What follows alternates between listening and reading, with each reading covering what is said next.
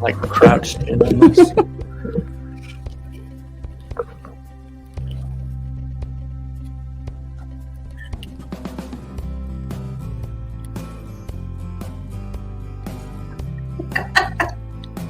Hello, everybody. Is that us? That's us. Y'all, I was just teasing Mason right before the show was supposed to start. He was like, I gotta go to the bathroom. Y'all, his amygdala was activated and he had nervous potty.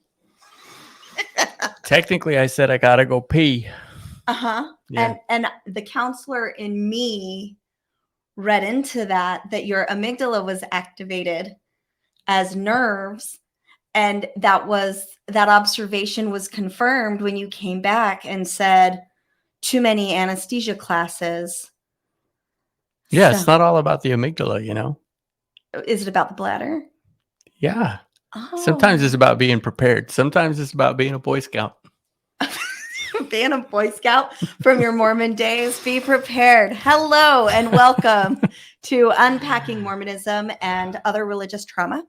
I am your host, Sarah Westbrook, joined by do you all see he's a very sexy man? I'm just the spare tire, y'all. I'm just the spare tire. My co-host, Mason I Westbrook. am here to represent you as I learn along and ask the relevant questions. I like that. We actually had some recent feedback from Mr. Gene. Is it Judson, right? Judson, I believe that. Gene, if I got your name wrong, I apologize. But he said that he really liked your perspective, Mason, because that was how he saw you, as the listener who was responding on behalf of the listeners as you learn. And I thought that was a really great observation. That is what I thought so too. I'm comfortable with that role. Just as we've gone through this process, and you sit where you sit and I sit where I sit, that kind of is what this is about. Is just, I mean, you're on the outside now. You're completely outside of the church, and here I sit trying to still make it work for me, and not sure if I can do that, but still trying to make it work for me. And so I think it gives us a unique perspective as we talk about some of the toxic issues. Absolutely. So, I'm a little jealous because your mug is showing up on the camera. So I'm going to lift it. Woo. Technically, these are both my mugs. I use these at work. Yeah, I'm going to have to bring my own. Well, what's it going to say?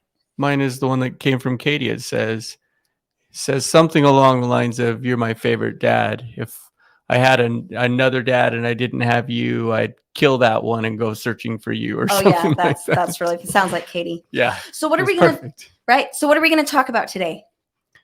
We're gonna talk about pink elephants. No, we did that once already. We're gonna talk about adult tantrums. And how to manage those with things like the raid cycle or the ruler concept, which we'll get to all of that here in just a little bit. Yeah. So really, I want to ask the listener, like, how often do you feel like you need to throw a tantrum? Because if you're anything like me, it happens a few times a week, on a good week.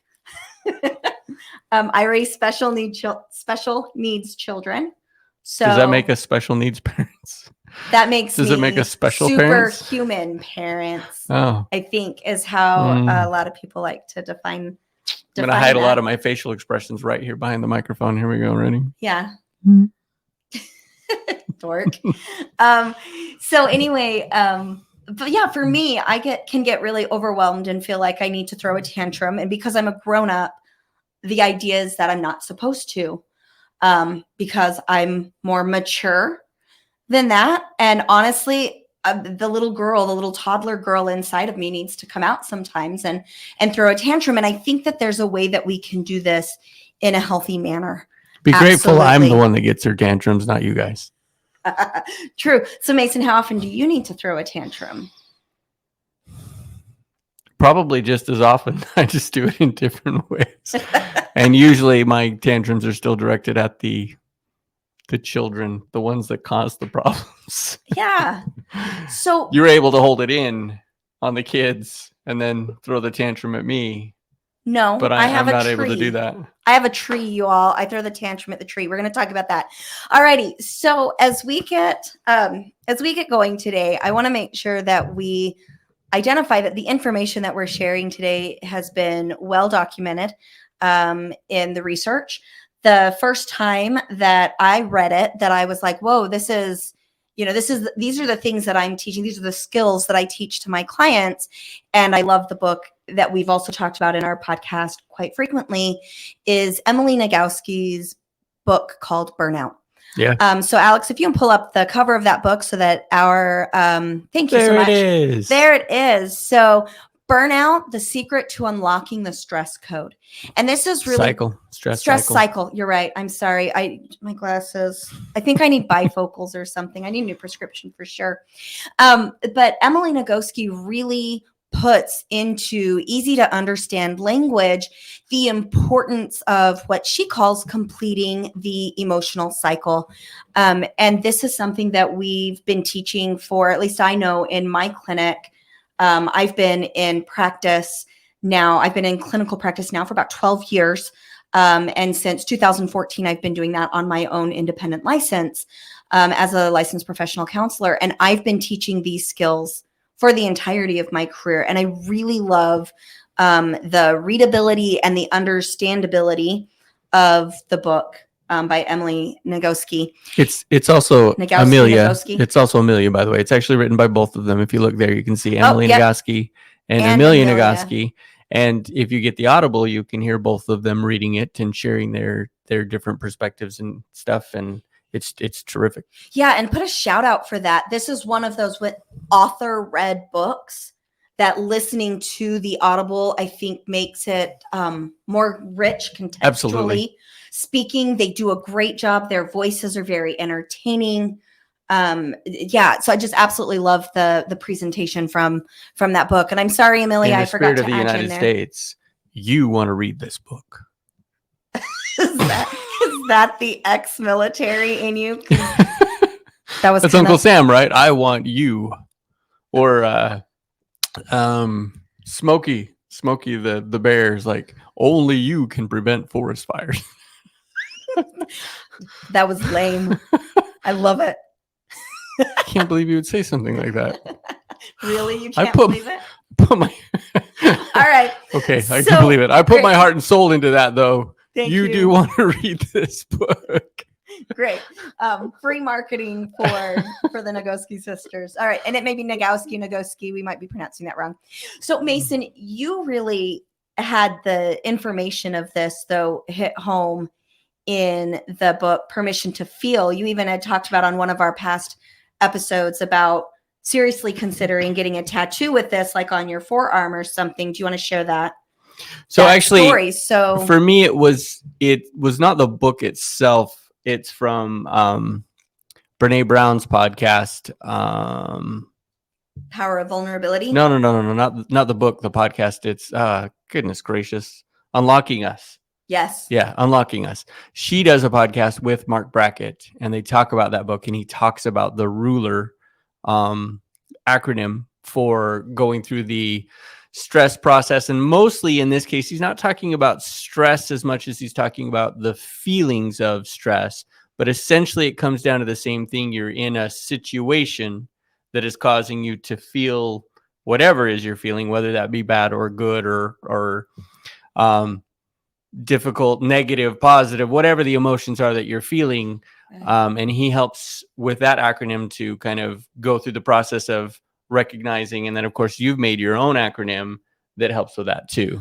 Right. And so I want to make sure that we give the credit where credit is due. So we will definitely link that Brene Brown Unlocking Us podcast in the show notes, so that way you guys can go and listen to it yourself. But Mark is the author of the book Permission to Feel. And so we have that coming here as well. Alex, if you can go ahead and have us see the book Permission There's to the book. Feel. There it is. By Mark Brackett. And when we did a quick Google search, an image search, we came up with this really busy this really busy picture. Yeah. So Alex, there's There it that really is. busy picture. And as you guys kind of zoom in and take a look at this picture, and again, these will all be linked in the show notes, so that you can take a look at them on your own. But as you're kind of looking over this, I want to give a shout out to Tanya and Veronica for joining us today. Thank you so much. We are so excited that you are here. Welcome. And for those of you who are logged into the StreamYard, this is something that we're still working on. This is new. We're working out our kinks. But as you join us in StreamYard, or on the YouTube channel, which I'm not sure if this is playing live on YouTube right now or not, we have to get some permissions and stuff worked out. But we would love to see half the reason we're here today is to Right, see to how work this out works those out and to work out some of the kinks. And I needed to take some Motrin before we got started, and I'll need another one tonight from all the kinks. So I think that's great. yeah. So anyway, our Was that a producer, dad joke? That was kind of a dad joke. That was a dad joke. Yes, I apologize, it was. y'all. So, and but it made me Alex- laugh inside, so I just keep telling them. Yeah. So Alex is going to run those on the bottom of the screen, or let us know that those comments as they come up. So please feel free to engage with us as we go. So I really, love that busy worksheet that was developed by Mark Brackett and his team. However, that's super, super busy. So I pulled it down as a quote. Yes, love it. It's colorful. It's engaging. I think that's a great handout for kiddos. I think it's terrific. Yeah. To use this one. Yeah, definitely better than the one I created for younger audiences or individuals that need that busy, colorful engagement. But some of the things that he talked about. So I took a clip of this that was much shorter. I've got it right here on my phone, and Alex can put that on the screen as well, that talks about this. And so we're going to go ahead and pull that up, Alex. The shorter one. Nope, not that one, Alex. The boring one. The ruler one that's white with just words. Man, we're doing good. There it is. Woohoo! Alrighty, so you all got a sneak peek of what's to come. So I want to introduce this really quickly. So the ruler is an acronym that stands for recognizing, understanding, labeling, expressing, and regulating emotions. And really our listeners like, all right, Sarah, so what is all of this about? How do we use this? And I want to say that the most commonly asked question that I get as a counselor when my clients come in is they'll say things, oh, Sarah, this is, great shrink shit. Truly, I'm not sure if I'm allowed to cuss on live, but I'm gonna for that's a great shrink shit. But honestly, when I'm in the heat of the moment, when I'm feeling anxious, I'm not thinking about all of these things. And we've talked about this in our podcast, especially episode number 2, which is your brain is not your enemy. And so definitely go back and number 3. And number 3, yeah, episodes 2 and 3 both discuss a lot of what we're going to talk about today. Yeah, with that amygdala kind of hijacks your logical reasoning. And so in those moments, the completing the emotional cycle from the Nagoski sisters, these permission to feel, this ruler acronym from Mark Brackett, we're all talking about the same thing. And that is that we need to be able to psychologically soothe and physiologically soothe our bodies, soothe our brains, in order for our frontal cortex to come back online so that we can engage in rational, logical thinking, so that we're on that linear decision making, so that way we can be in our frontal cortex. We in order to self-actualize and show up in conversations or in difficult situations in the way that we are most comfortable, our true authentic self and whatnot. And so today we wanted to introduce the RAID worksheet once again, because I find us referring back to it so frequently. And I don't think we've done an episode on unpacking Mormonism and other religious trauma specific to the handout that you are now seeing on your screens. And then I've got mine right here. Pull it out of the magic hat for Mason and I to... There's a hat down there? There's a hat down there. Yeah. Did you not see that hat down there? So I'd like to just jump in here real quick too and just say that I think that why this is so important, and you're going to talk through this, of course, but when you look at the Nagowskis and Mark Brackett and now your RAID thing, we're all talking about we all experience emotion. We all experience stress. They're just a part of our normal everyday life. And too often what happens, I know what was the case for me, and it wasn't told to me specifically because my parents would have had no idea that they were even doing this, I think. Right. But the idea is that you're not allowed to feel these things. You know, like idioms come to mind like, don't you cry, boy, I'll give you something to cry about. Right. Right. Or don't cry like a girl. Yeah. Or you're acting like a little girl, you're acting like a little baby, or yeah, that kind of thing. And of course, there's numerous ones. Right. Those are the ones that come to mind for me. But right. So, and I'll interrupt. So I want to add in, Brene Brown here talks about this, where, you know, you get the football players and you get the football player up to the line and it's don't be a pussy. Those types of statements, right, where the message that we send is your feelings are not okay. Right. Or not valid, or they get in the way. And so that's kind of what we're trying to educate through this, is that all of those feelings are valid. They all have a purpose. They all serve to inform us. And if we do not complete the cycle, the Nagoskis call it completing the cycle, completing the stress cycle of you got stressed, you're feeling whatever it is that you're feeling. Mm-hmm. How do you get from where you are to a comfortable place where you've been able to process all of that, de-stress, and move forward, rather than kind of getting stuck? And for me, speaking from emotional experience, I'm emotionally constipated. There's no Miralax that'll work for me. This idea that if you get caught in this cycle of not completing the cycle, you know, the stress just stays in your system. You end up with all kinds of negative health problems, things like that. So this is all about recognizing and coming to terms with the fact that everything that you're feeling is okay. This is all, it's normal for you to feel this way. It's okay for you to feel this way. Now let's process it and move to a place where you're happy with what's going on.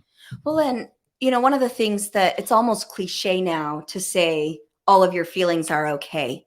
I mean, it's true, but really what happens is when we're in that uncomfortable place or in that emotional space where we've been told from the time we were itty bitty, before we could even think for ourselves, that we needed to stuff those down. And really, I think, you know, for me personally, and what I see a lot in my clients is the idea that my emotional expression is going to make you uncomfortable. Oh, yeah, big yes. One. And I've got Veronica on here saying, you mean binge eating chocolate? All the chocolate isn't the right answer. You know what? I'm going to say this right now. Veronica, I know you personally. I'm going to call you Ronnie because that's what I've called you forever. So Ronnie, I'm going to say that a chocolate binge can be incredibly therapeutic. The challenge is the statement all the time. If you're going to chocolate binges all the time, we're going to have some definite health issues. If that's all you're doing.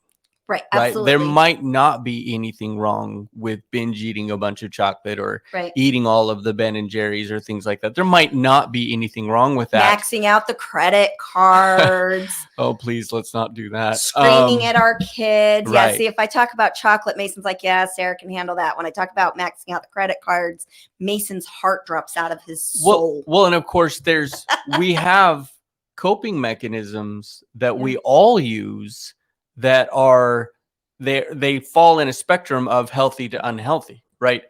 For some people, if you're diabetic, binging on all the chocolate is going to have huge negative consequences for you. If you're poor, maxing out the credit cards is going to have huge and long-lasting complications for you. So they may not be, and that's different for everybody. If Dave Ramsey wants to go out and spend, $10,000 on a day, maybe that's not that big of a deal for him, but it all falls in a spectrum for us. And if that's all we're doing if every time we feel sad, we're eating the chocolate, or every time we're sad, we're maxing out credit cards, then we're not getting to the point where we're processing and getting to a healthy understanding of what's going on in our lives. Right. Well, and I really want to challenge that polarized thinking. I agree with everything that you said about the triggers, but I want us to make sure that we're watching if you're poor and maxing out credit cards, because the truth is, if you're financially comfortable and maxing out credit cards because you're having a negative emotional experience and you don't know how to discharge that in a healthier way, it can have negative consequences. I've got fairly wealthy clients. I've got impoverished clients. Sure. I've got those who, in the middle ground, like all over the place. It's not so much about your socioeconomic status. It's more about the behavior. It's not about your health. If we polarize it as if you eat all the chocolate when you're diabetic versus if you're not diabetic, it's almost like we're saying, if you're not diabetic, have at the chocolate.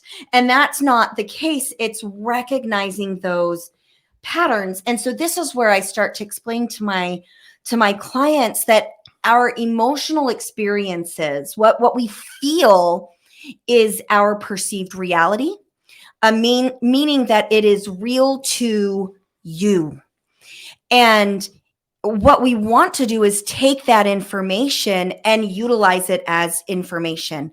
Early in my career, I used to call them red flags. Oh, I'm angry. That's a red flag. And I really want to challenge that. My anger isn't a red flag. Maybe it's a hammer.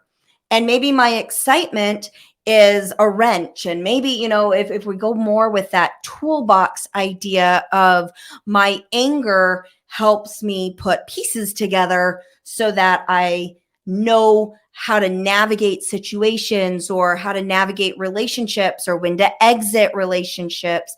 Our emotions are meant to be informative. But the problem is that when we have an uncomfortable emotional response, the survival mechanism in our brain, which is called the amygdala, which I'm sure you've heard us talk about on our podcast before, is that amygdala fires so much faster than our frontal cortex that we kind of get hijacked. And then we're responding to these uncomfortable or intense emotional states from a place of survival rather than our rational, logical thinking brain. And I like to compare that phenomenon to a dimmer switch in the sense of the more intense survival response we're getting from the amygdala, the less our frontal cortex is engaged because it kind of shuts it off. Yeah. And so what happens is when I'm working with clients, again, they're like, okay, Sarah, this is phenomenal information, but how do I get from point A, feeling these really uncomfortable emotions, to point B, getting back in my rational, logical thinking space? And I'm going to say it takes practice. But when I get these clients in, they all want, every single one of us, this is normal, this is humanity, is that we take time. So I've got Tanya, will you say, let's see.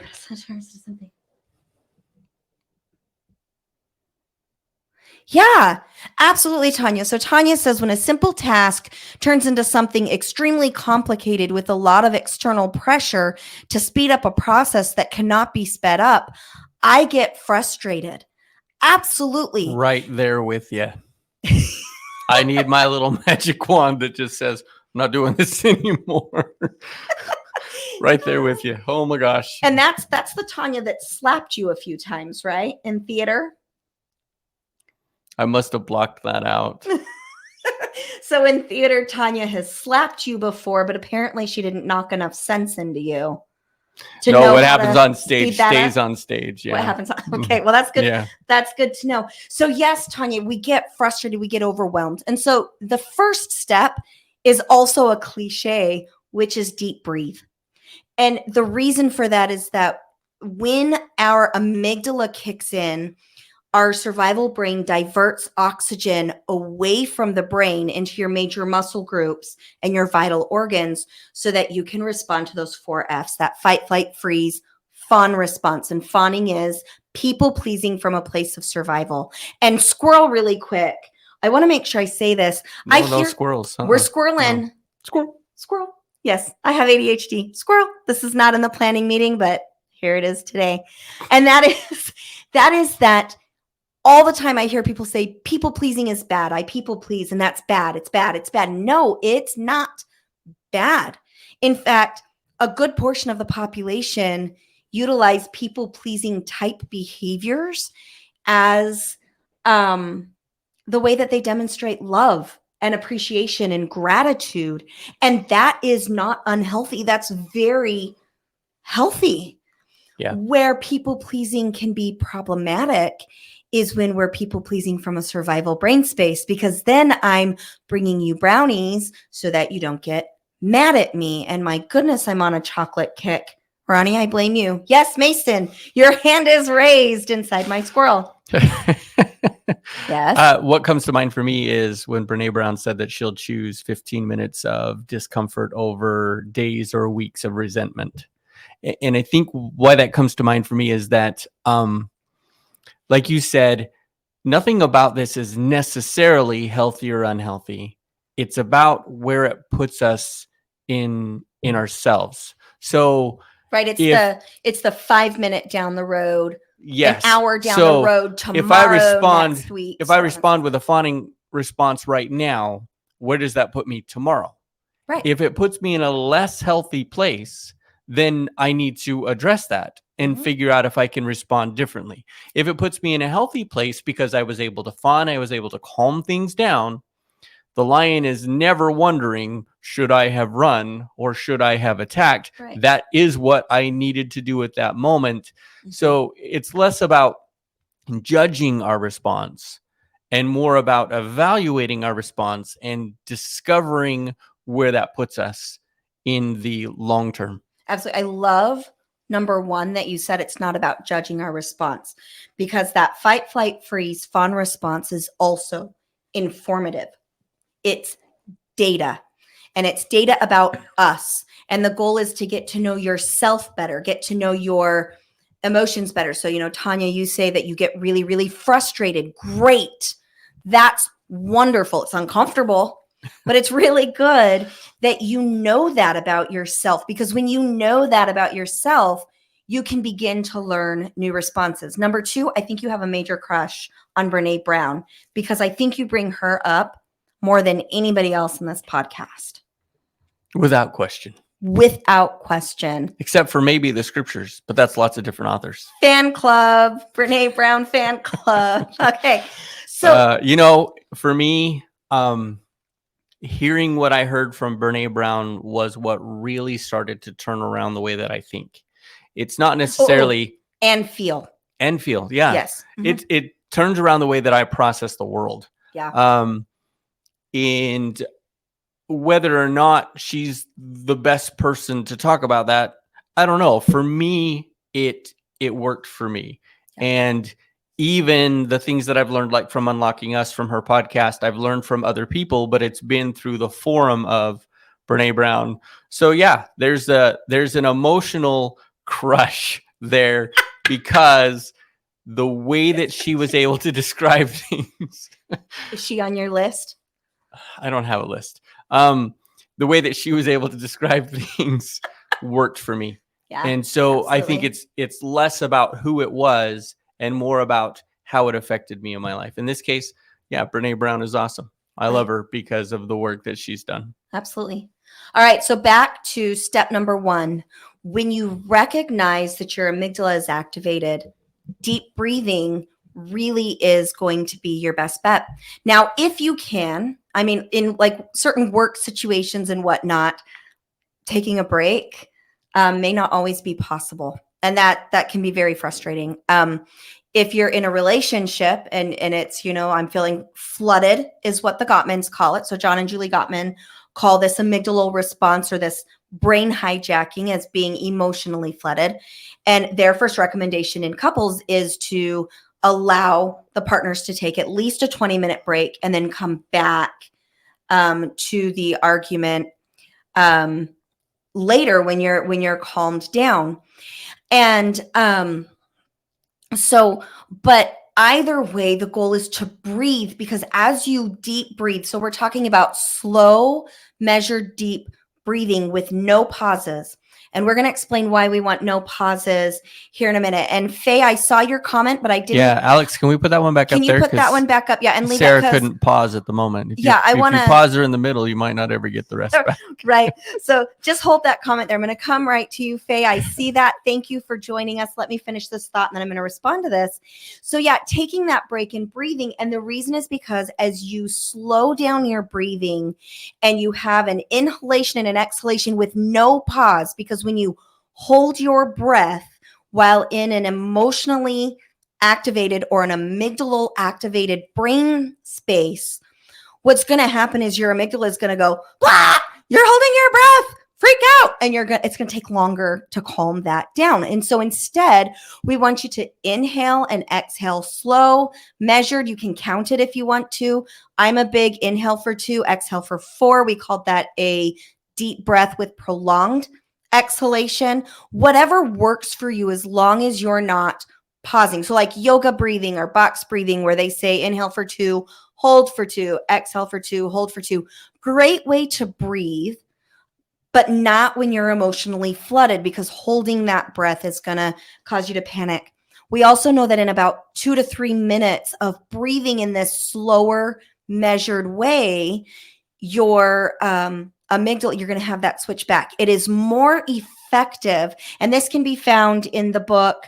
Oh goodness, what is it called? The Rewire Your Anxious Brain. It's on our recommended reading list. I don't have that ready to go for the show today, but we'll put that in the show notes, where 2 to 3 minutes of this breathing is actually more effective than a benzodiazepine is in 20 minutes. The challenge is that most people will terminate that deep breathing before they get to that 2 to 3 minute mark, because the amygdala resists. At about the 1 minute mark, you're actually going to feel a little bit more anxious, because the amygdala is like, no, no, no, no, no, you're not going to stop. I've got things here that you need to pay attention to. So you have to breathe through that 1 minute to 1.5 minute resistance to get to the other side of it, where you will then feel that sense of calm. But that is always going to be your step number 1, is to focus on your breathing. All right. So Faye says we can grow in moments when we can sit with the urge to chase that next sensation. Our moment grows. Our Our power grows each time we sit with the urge and watch it with compassion. Practice indeed. Yes, Faye, I love that. In my field, we call that leaning in. And we're going to talk about that. So, Alex, if you can pull up the rage sheet, we're going to talk about what to do. Step number 2. So, for my clients that are saying, Sarah, how do we do this? What are the steps? These are the steps. So, number 1, breathe. That purple behind that orange reminds me of the Phoenix Suns. That's Mason says yay, and I say bleh. Go Arizona. Go Arizona. We're both from Arizona, but we don't live there anymore. Alrighty, so step number 1, breathe. Step number 2 is going to be very similar. Alex, can you pull up the boring ruler one? That's what I'm going to start calling it, the boring ruler one. Yeah, so as you can see here, their number 1 and my number 1 are the same, but I actually combine them. So their rule number 1 is recognize and then label. I put that under the R, recognize. If you go back to the RAID worksheet, you're going to see recognize what you are feeling and name it. You're also going to recognize, where in the body am I feeling it? So for Sarah Westbrook, anger feels hot in my chest, tight in my shoulders. I tend to clench my jaw. I tend to clench my fists. I'll grind my teeth. I get tension headaches if I'm not doing something with it. But being able to identify anger for me feels like this helps my brain recognize it faster. Hey, you're angry when you're in that amygdala brain space. So I want you to recognize what you're feeling, give it a name, be specific in that name. And we'll talk about why being specific is so important here in a minute. And then, where in the body do I feel it? What does it feel like? And that information comes in really handy later on. The next piece is to accept it. And when I talk about acceptance, I mean radical acceptance. I don't have to understand what the emotion means for me. I don't need to understand what I'm going to do with this emotion. I don't need to understand why I'm feeling. I don't need to understand it yet at all. But just to say, I'm angry. That's okay. People get angry. If it's from a trigger and you can identify that trigger saying, you know what, Mason, you just kicked me in the shins and that pissed me the F off. Sorry, Sarah drops the F bomb. I'll try not to on these live shows. I will try. But you just kicked me in the shins. I'm feeling really betrayed and angry about that betrayal. That makes sense to me. That's normal. Humans do that. That's where we get into beginning to identify the emotion that is coming because of the trigger. Because once again, the old way of thinking was that our frontal cortex was firing first, and that we always had a thought that the thought came first and the emotion came second. And that's bullshit.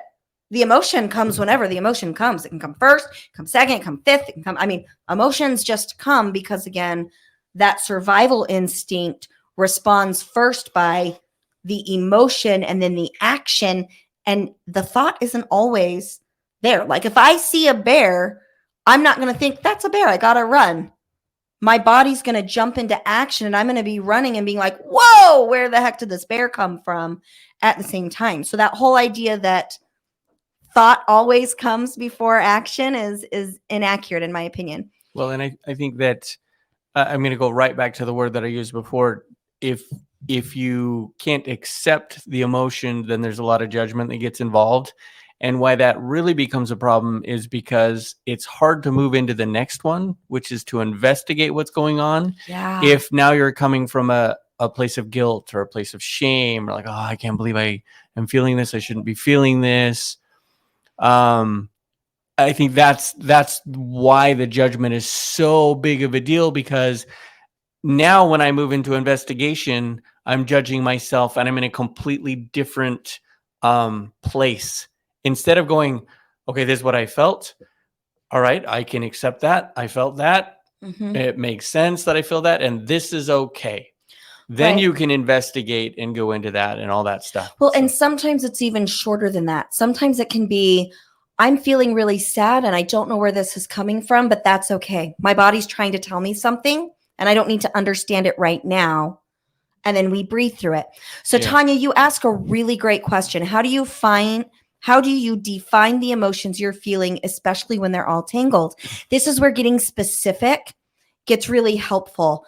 And in the sense of, it is normal for us to feel more than one emotion at a time. That happens all the time. And so really what happens is once you get back into that logical brain space, you can then begin to build kind of like an emotional tree and understand where things are connected. But we're not at that place yet. So I'm going to come back to that. Mason, please remind me to come back to that. Or Alex, if I forget, like shoot me a message and say, hey, Sarah, come back to what do I do when I've got, right? How do I untangle my emotions? Because I think that's a great question. So as Mason said, as we practice radical acceptance of, I feel this, I don't necessarily know why, and that's okay. I'm human. Sometimes humans feel this. And also normalizing it along the lines of, I'm not the only one who feels this way. I'm not the only one this happens to, can be a very good thing. The I in rage. Whatever it takes, basically. Whatever right. It takes for you to get to the point where you're telling yourself, I'm okay.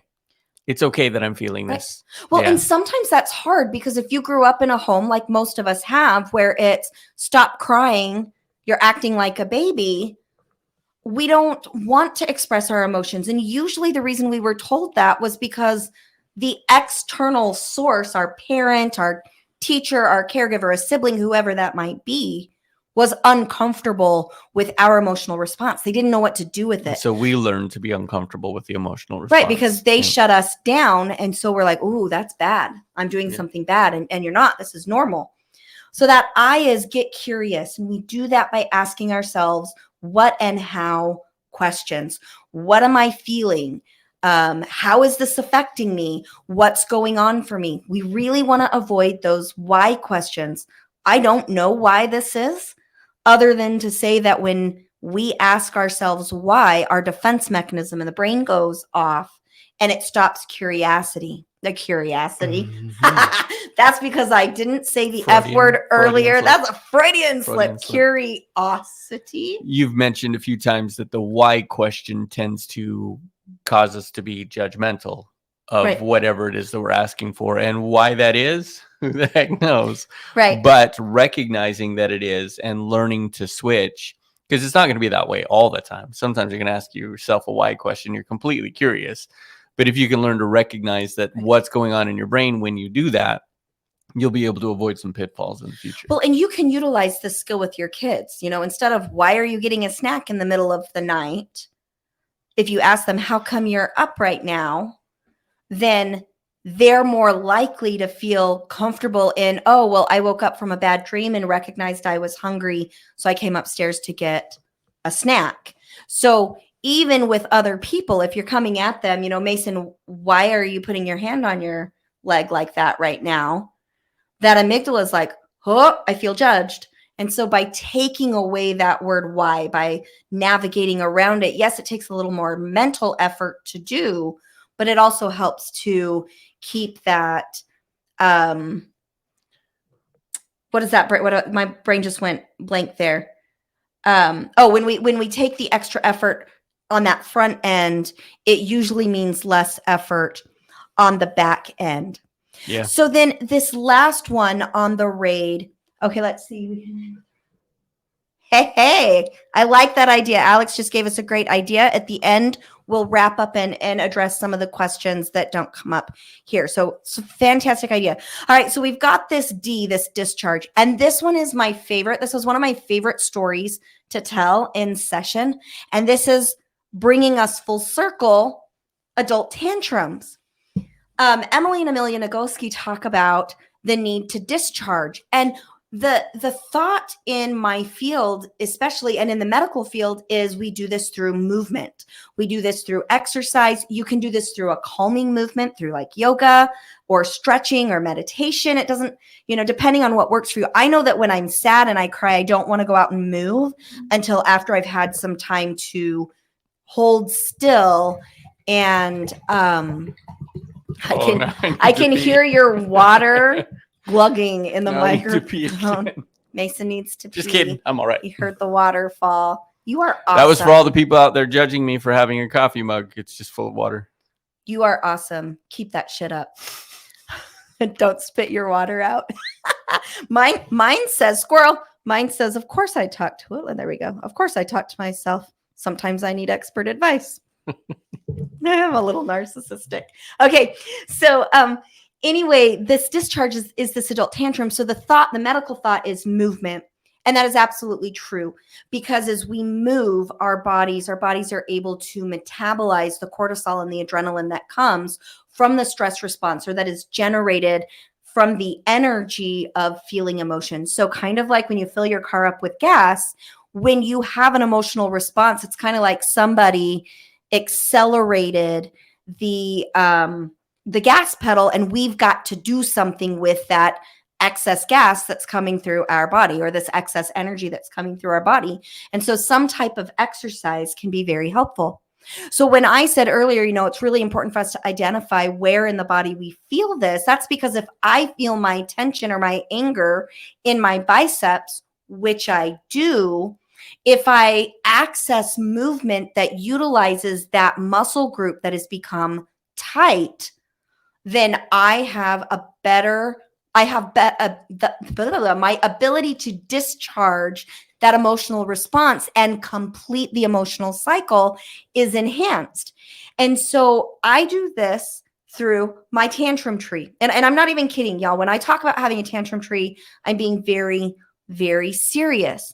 So around the time that I determined that I could no longer have contact with my family because it had become too toxic, I'll just go ahead and tell the story. My autistic daughter was having a mental breakdown in the back of my car because over cereal, I believe is what it was, breakfast cereal, because we didn't have time or something. I don't remember. It was in the morning. And she leapt from my moving vehicle. And gratefully, I had gotten the car slowed down and pulled over. So when she leapt from the moving vehicle, I was going less than 5 miles an hour. She got some scrapes on her face, a little bit of a black eye and whatnot. And I had to take her to the emergency room. She was, we transported her to the emergency room safely. And she, got screened in the emergency room. We went to the pediatric hospital. Gratefully, she had no injuries from jumping from the vehicle. Gratefully, she had done this enough times or attempted to do this on the school bus and whatnot. The investigation piece of why is your daughter jumping out of your moving vehicle was really easy on us. But when we went to the hospital, they, of course, chose she needed to be admitted. And I agreed 100%. She needed to be admitted to an inpatient psych unit because her flight response, her getaway response to exit the vehicle when it was obviously not safe, that's that logical reasoning gone, amygdala, her flight response, get out, get away, in full force. In fact, she stood up from the ground when she exited the vehicle and she put her hands on her hips and she looked right at me and she goes, "Mom, why didn't you tell me this was going to hurt?" And I'm like, literally, I was like adrenaline going crazy. But I had reached out to my family and said, "Hey, I need some help. Because Mason, you were on call. And it was a holiday weekend. It was Mother's Day, blah, blah, blah." And I was like, "I need some help." And my family did not come. They claimed that I was exaggerating, that I was overreacting and whatnot. And I was like, all right, this has gotten really toxic. And later we did counseling to try and reconcile some of the issues, and it just got worse and worse and worse. And so we determined that there would be no more contact. At that time, I was angry, y'all. I was really angry that my family let us down in that way. And that's not the first time that this has happened. Like, we're talking about lots of things that have built up. This was just kind of like that really big straw. This was the boulder that finally broke the camel's back. And I said, okay, we need help. And when help didn't work, I said, I'm out. I'm done. But there was a lot of anger for me. It wasn't so much that they were unable to help. It was that they chose not to. Right. Yeah. It was not like, we get it. If you can't come, you can't come. I was on call. I can't, I can't be there. My dad was literally, who's from Arizona, was literally less than 3 hours away from us. He was in St. Louis on that weekend and refused to come get our kids out of school and what. It was a mess. So yes, it was not an inability to come. It was an unwillingness to come. Right. So anyway, obviously I was very, very angry. And so I sat up in the hospital, and at the first chance I got where I was able to leave the emergency room, Mason, your niece came out and helped us out instead of my family coming, which was just, y'all, if you know this niece of mine, and I won't name her because I don't know how comfortable she is with that, but she is an angel from heaven. Absolutely love this girl. But she came and helped take care of Abby so I could come home and help take care of the little kids while you were, the other kids at home while you were on call, and whatnot. And I had that pent up anger, like it was coursing through my veins for a couple of days. And I could not discharge it because I was sitting in a hospital room. So I was doing my deep breathing skills. I had run the R, the A, the I. I knew what was making me angry. I knew it was okay. I had vented. I had, called Mason and vented to you. I called some other good friends and vented to them. Like, I was running my process, but I was not getting rid of that anger. My body was holding on to it. And that mind-body connection is well documented in the medical literature. And again, exercise and movement is thought to be the best way to discharge it. And sometimes I'm here to say, if there's a lot of going on anger like there was for me, just going for a run isn't enough. And so I have this tantrum tree, and I took a nativity that I was going to give my mom. My mom collects nativities. I had not given it to her yet, so she didn't know about it. It had no emotional meaning to anybody. And I took it out to the tantrum tree, and I stuck it on a bench, and I took a baseball bat overhead, and I smashed the shit out of that thing. Now, why did I need to do this? Remember, Sarah Westbrook holds her tension in her chest and her biceps. Number 2, I'm not hurting anybody. I'm not hurting my kids. I was really good. I didn't snap at the kids. I didn't snap at Mason. I I actually did not snap at my mom. I don't think at that point. No, yes, I did. Highlight. I sent her a nasty text message. It was not the best, but not my most shining moment. Thank you, amygdala.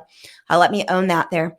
But what happened for me is as I was able to utilize my biceps and my upper body to bring that bat down on that glass and hear it shatter outside. We have acreage, so our neighbors weren't looking at us funny. Gail, if you're listening, I love you. I promise we're normal human beings. But anyway, I threw, maybe we're not so normal, but I threw an adult tantrum. Now my children know that tree is a safe place for them to throw a tantrum. And so I will occasionally go and buy knickknacks and stuff from the thrift store that nobody wants, that has no significant meaning to anybody. And we've allowed our kids to go and take those knickknacks and throw them at the tree. And then we clean up the glass later. And the funny thing is this tree is very healthy, y'all. It likes this attention. I don't hit the tree with the bat. I hit the glass with the bat. But anyway, as I did that, I hear the shattering. It engages a lot of my sensory input. But after the third whack, woo, ouch, there's my little table right here. After that third whack with the bat, I literally felt the tension. It just left me. And so I'm here to say that adult tantrums are healthy as long as you are doing no harm. And so driving in your car and giving a guttural scream, going into the forest and screaming, punching a mattress, punching a weight bag or a punching bag, lifting weights, running, walking, moving, but activating those muscle groups that are feeling that tension is incredibly healthy. And that is this D on the discharge. And I just want to make sure that, if you go back to this at the very bottom, it says cry. I hear people, I got sad and I held back the tears and whatnot. I'm here to say that if you take a moment when you're in private and it's safe to go, okay, I was feeling sad. Let me try and remember what that felt like. I want to bring up, I was going to cry, and you might actually feel those tears come up again and bubble over. That is a way that our body discharges, metabolizes, and eliminates cortisol and adrenaline from our body. I think a big piece of this, and what came to mind for me, is that as you go through this process, you have to learn to know yourself. You have to know what is going to work for you, what is not going to work.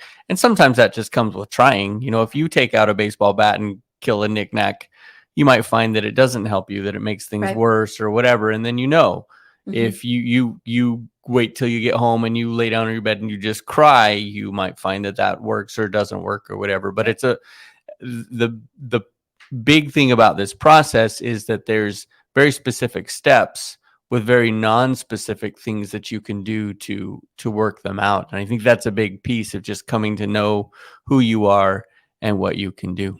Absolutely. And then I think this also goes back to that Maslow's hierarchy of needs. So Alex, if you can pull up that Maslow, we've talked about Maslow's hierarchy of needs in some past episodes, but that bottom rung, you see that red one there, says our physiological needs.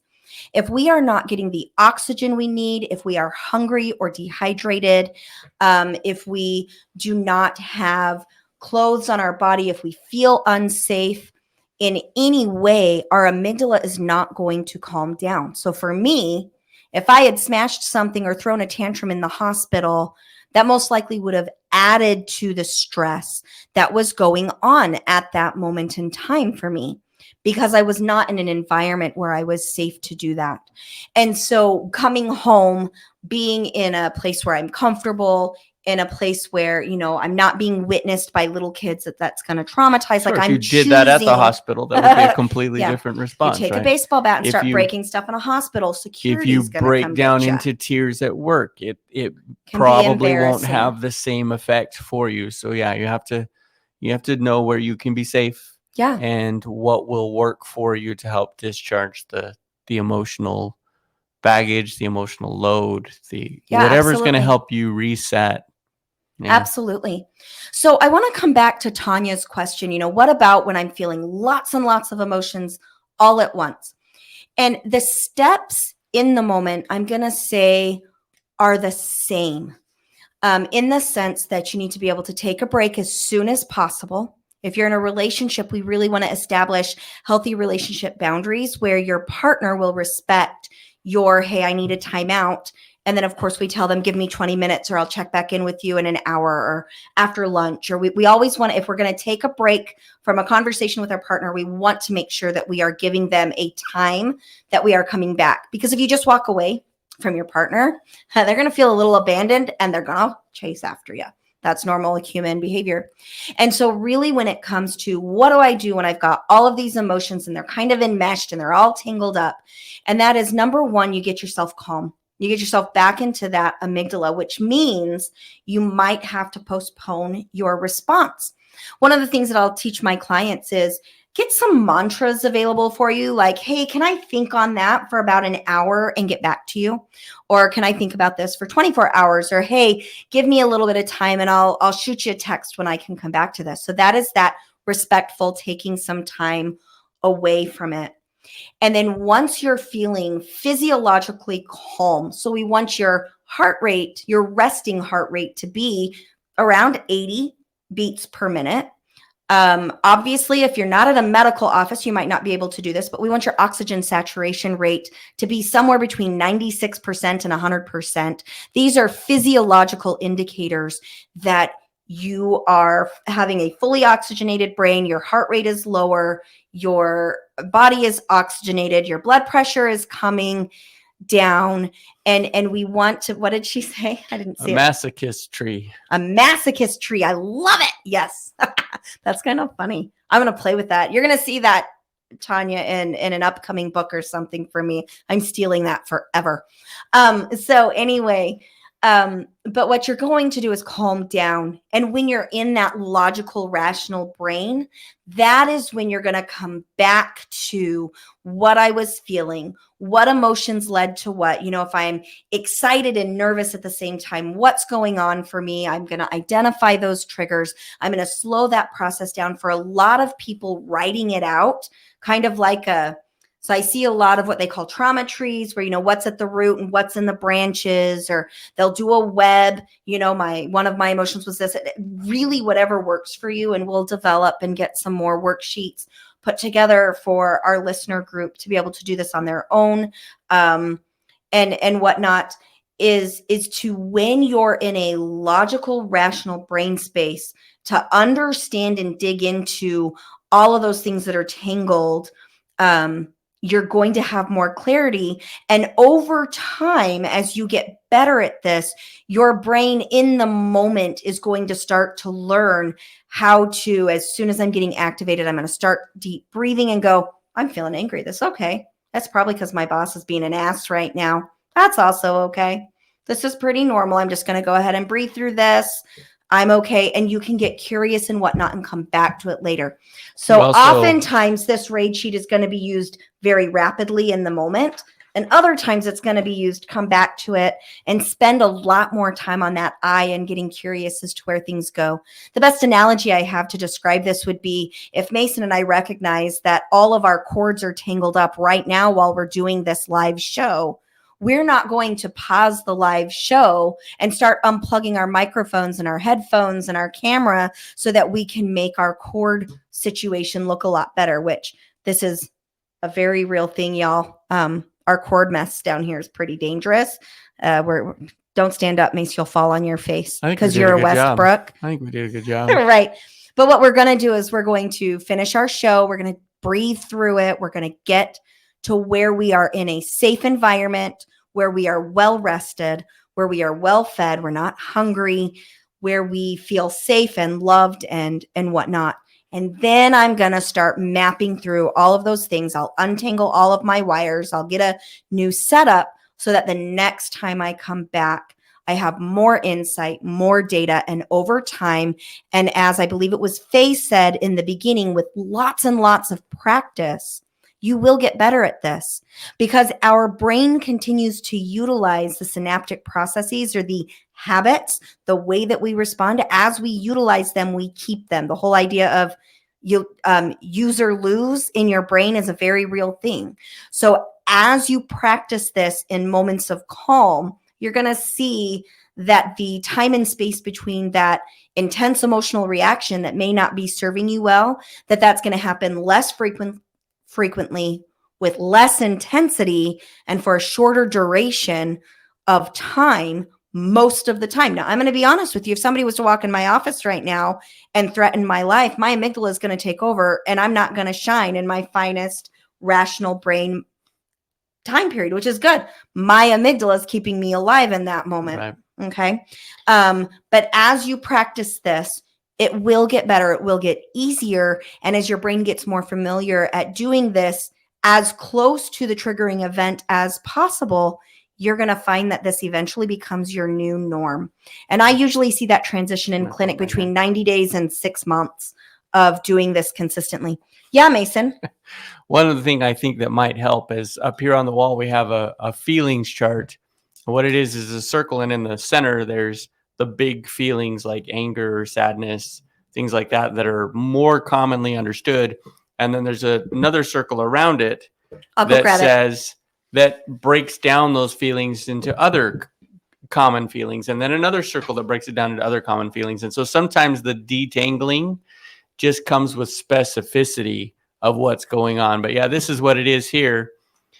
And so sometimes just understanding what other feelings are there, what other feelings might you be feeling, are really helpful. So if you can break down fear into some of these other things here, and then maybe break them down into these other things, you might not feel as tangled as you did initially because you're better able to define what's actually going on inside of you. Absolutely. And that brings us back to that point from earlier of being specific about what you're feeling. Because if I identify bitterness, pissed off, hurt, scared, always as angry and mad, I limit how curious I can get. So that's why we want to get really specific. I actually have a worksheet that I can see if I can get uploaded to our webpage. So just a quick shout out. If you would like a copy of this RAID worksheet, it is available at www.daisygirlcommunications.com. Under the handouts, it's 99 cents to download it. It is copyrighted, but just let me know if you need to mass produce it or something, and we can talk about that. That's pretty easy to do. Or if you really don't want to pay the 99 cents, I get you. I like to be frugal only because I'm married to this guy here and he wants me to be frugal. But I can email this to you if you reach out to me at daisygirlcommunications@gmail.com. We would absolutely love to hear what you think. Tell us about the show. Today, we didn't talk about Mormonism too much because we just wanted to really review that RAID cycle and that having tantrums or a masochist tree, as Tanya so eloquently stated earlier today. We really wanted to get into that. But I know that I learned in Mormonism, and I know from my experience with clients from many different religious backgrounds, and also just from the social time that we were brought up in, that being angry or sad or having uncomfortable emotions was viewed as a bad thing. And that we are now in the behavioral health field really trying to reverse that thinking and saying, hey, and reinforcing what we said earlier, hey, this is natural, this is healthy, this is data. Let's utilize these emotional states so that we can learn how to better interact with our world. So I think that's all I've got for today. Mason, did you have anything else you wanted to share? Any questions out there? Hey, Ian. Hi, Ian. We love you. So Ian's going to join us in a couple of weeks for a show here. Go ahead, Mason. Ian says there are many times that you're angered, you react, but why review if you do not care about that situation or the people involved? Oh, good question, Ian. So I'm going to start out. I'm actually going to answer the second half in a, what does he say? What if your anger and feeling does not warrant review? Says, kind of a so what, I'm out, kiss it kind of a thing. So you got angry. Ian, you're not like that at all. Not even a little bit. Can I say something here real quick? I'm sorry. I think that the reason that it can be helpful is because just like any other coping mechanism that you have, that lashing out might be that coping mechanism. And if you can check in with yourself a day later, if when you check in with yourself, you know what, I'm really happy with the way that worked out, then you probably don't need to go much deeper than that. But if you check in with yourself and you're like, maybe that wasn't handled the best way that it could, looking at ourselves and deciding, can I handle that differently if in a similar situation is going to improve who we are and how we respond to people in general. Yeah, I'm also going to say that if you're feeling like kiss it, or as Ian, you would normally say is F it, which I agree with that sentiment even more, is that when we feel that way, I don't even care about you, I don't care about this, just that's actually stonewalling. You are escaping and numbing. And that leads to difficulty connecting in meaningful ways in a myriad of relationships. You're going to find that if I tell Joe Blow over there to kiss it and I don't really care what happened, goodbye, I'm actually going to have a difficult time connecting with the people that I really care about.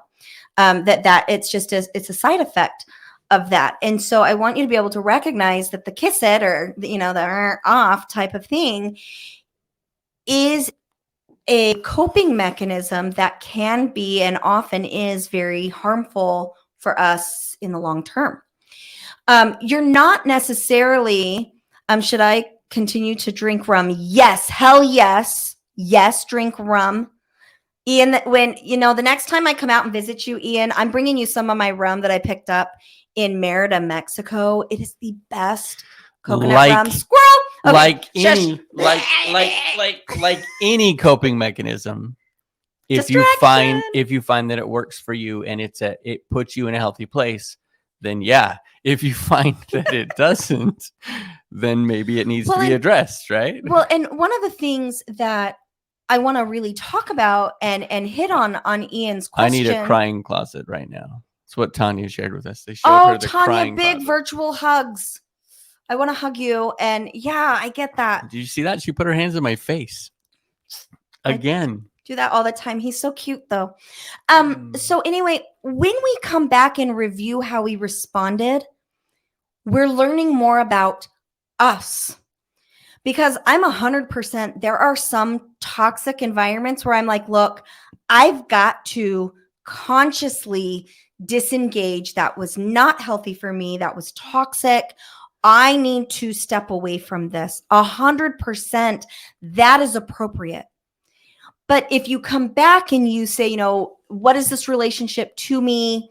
How is this helpful? How is this hurtful? And I'm evaluating about me. I'm being honest about what is this doing for me. If I'm saying kiss it and then I'm numbing for several hours, that's not a place that Sarah Westbrook wants to be. Now, numbing is vital. It's a healthy neurobiological response. If we say, ooh, when you numb out, that's bad, that's inaccurate. Numbing is a coping mechanism that gives our brain a break from everything going on around us, as long as you don't reside in that numb place for prolonged periods of time. Numbing is perfectly healthy so that you can get your bearings. A lot of us will do that, especially in the moment. We numb out. But I would say coming back and evaluating how we felt, what we did, how we got triggered, what made us angry. If I'm talking about all the things that have happened, if you've been listening to our podcast, my interactions with Mason's family, the big trigger for me is they are refusing, in my opinion, to hear my voice and treat me as an educated, valuable human being. I feel in the way that they respond to things that I'm being dehumanized, and that makes me angry. Choosing to disengage from relationships where I feel less than because of how the conversation is going protects my well-being and is going to help me make healthier choices about how and when I engage in those relationships. So one of the challenges with like social media is that we say kiss it or F it because we don't see the face on the other side of what's going on. And when we don't see that face of the person that we're affecting, I might need to say, hey, I'm going to disengage before I respond in a way that is not true to Sarah's authentic self. And we just recorded an upcoming episode, where I did that to Mason's brother, who I am still trying to have a very positive relationship with. I responded in a way that's not who I want to be. And owning that and then going back to that brother and apologizing is going to be very healthy. I can't see his emotional response. I guarantee if he and I had been having the conversation in person, my responses would have been different because I'm really good at nonverbal cues and responding to that. I do that in my work all of the time. And so I've got a lot of practice at that. But in the social media, sometimes even I will forget the receiver on that receiving end. And it really comes down to, is it worth it to me to say things that harm other people? And for me, Sarah Westbrook, the answer is no. When I engage in this way, what goes on for me? Do I like this part of me? Do I dislike this part of me? How can I change it? By reevaluating, Ian, we really give ourselves the opportunity to show up differently in the future. And I can only speak for myself, and I'll say, Mason, probably I'll speak for you, and you can correct me if I'm wrong here. But one of the things that is a core value for myself, and even something I gained from Mormonism, a good thing I gained from Mormonism, is the desire to do better in the future.